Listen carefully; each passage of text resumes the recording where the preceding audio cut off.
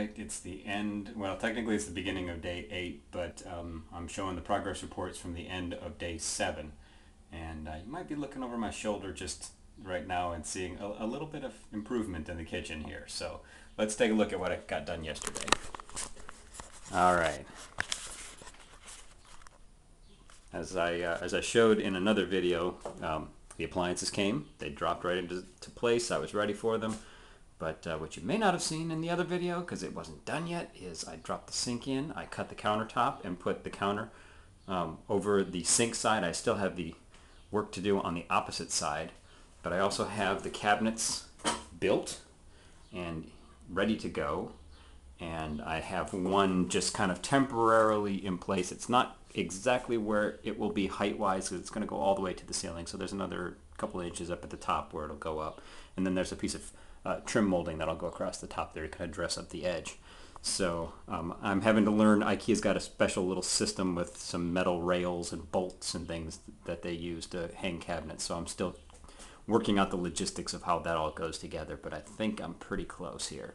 So today I expect to have all the cabinets on this side of the kitchen completely done, up, hanging, ready to go. Maybe even get the trim molding up there if I'm doing well.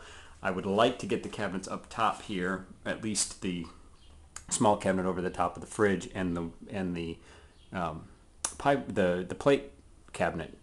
I've got to do some special cuts.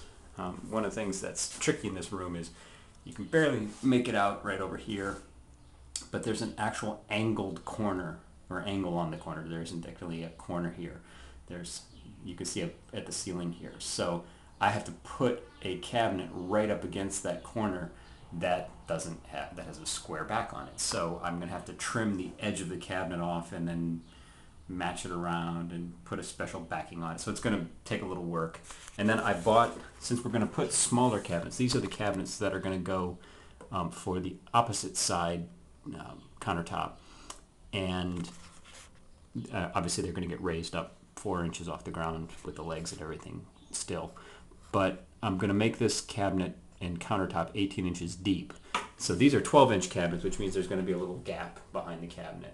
But then I bought a 24-inch cabinet to go next to it, a big double wide, and then I'm going to cut the back down to 18 inches. So that way we'll get a deeper cabinet.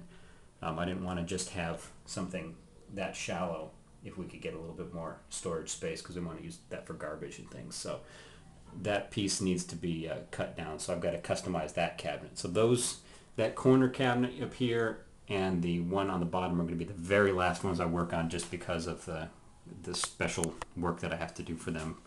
There's a lot of a lot of potential for problems there, so I don't want to get hung up on it. And then here you can see that's the rail that goes up on the wall.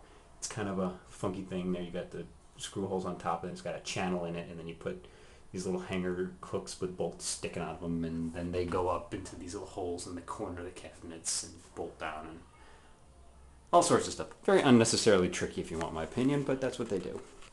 And then last but not least, I will show you the plate rack. There's our nice plate rack assembled. I haven't put the back on yet because I built that late at night, and you have to use hammer and nails to put the backing on, so it's sitting on that right now.